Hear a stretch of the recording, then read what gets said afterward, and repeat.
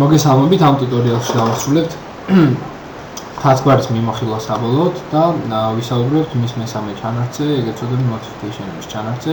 ვნახოთ რა გვაქვს აქ. აქ გვაქვს საათის მარეგულირებელი და თარიღის, გვაქვს ინტერნეტის მარეგულირებელი, ხმის და გვაქვს პატარა ის არის, რომელსაც დავაჭერთ და გამოდის დანარჩენი, რაც არ ჩანს ფრენად აქ. გვაქვს აგრეთვე ენის მარეგულირებელი, ჩვენ შეგვიძლია შევცვალოთ საწყერი ენა ინგლისურიდან, რუსულიდან, ქართულზე და ასე შემდეგ. თუ შეგვიძლია აგრეთვე დავუმატოთ მას სხვა ენა. მოდით ახლა განვიხილოთ საათზე კლიკისას გამოდის პატარა ესეთი პანჯარა change date and time და აქ ჩვენ შეგვიძლია შევცვალოთ თარიღი, ამაზე კლიკისას შეგვიძლია შევცვალოთ თვეები, შევცვალოთ დრო, შემდეგ OK-ზე დაჭერისას აისახება ჩვენი ცვლილებები.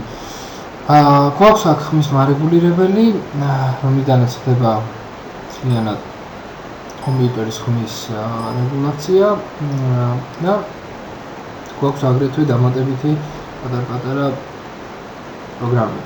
თუ დავაწვევთ customize, ვნახავთ, რომ ამ პანჯარაში ჩამოთვლილია ყველა ის პროგრამა, რომელიც მოთავსებულია notification-ების გარემოში, თუმცა მე ისინი მაქვს დამალული და ახლა განვიხილოთ თითოეულ მათგანს რა შეუძლია რომ გქონდეს.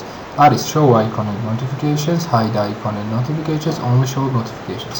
ასე გულისხმობს თითოეული მათგანისთვის არსებობს სამი ვარიანტი. პირველი ამბობს რომ ჩანდეს ეს პროგრამა კომპიუტერში და მის შეტყობინებები ამოდროულად. მეორე ამბობს რომ საერთოდ დაიმალოს, ხოლო მესამე გვეუბნება ჩანდეს მხოლოდ შეტყობინები.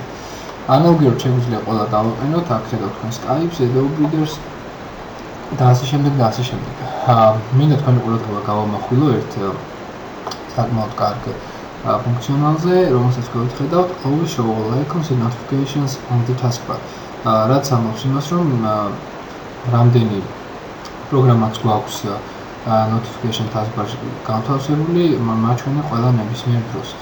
ნახეთ გამოაჩინა ისინი, თუ ჩვენ მას ამოვთავთ და დავაწვევთ OK-ს, ისევ აღმოჩნდება ის არის და მოთავსდება დანარჩენი notification-ები ზემოთ. ეს რაც შეეხებოდა taskbar-ის მიმოხილვას, ვფიქრობ რომ დამწყების დონეზე საკმაოდ კარგად განვიხილეთ. დანარჩენი გავაგრძელოთ ჩემს ვიდეოებში.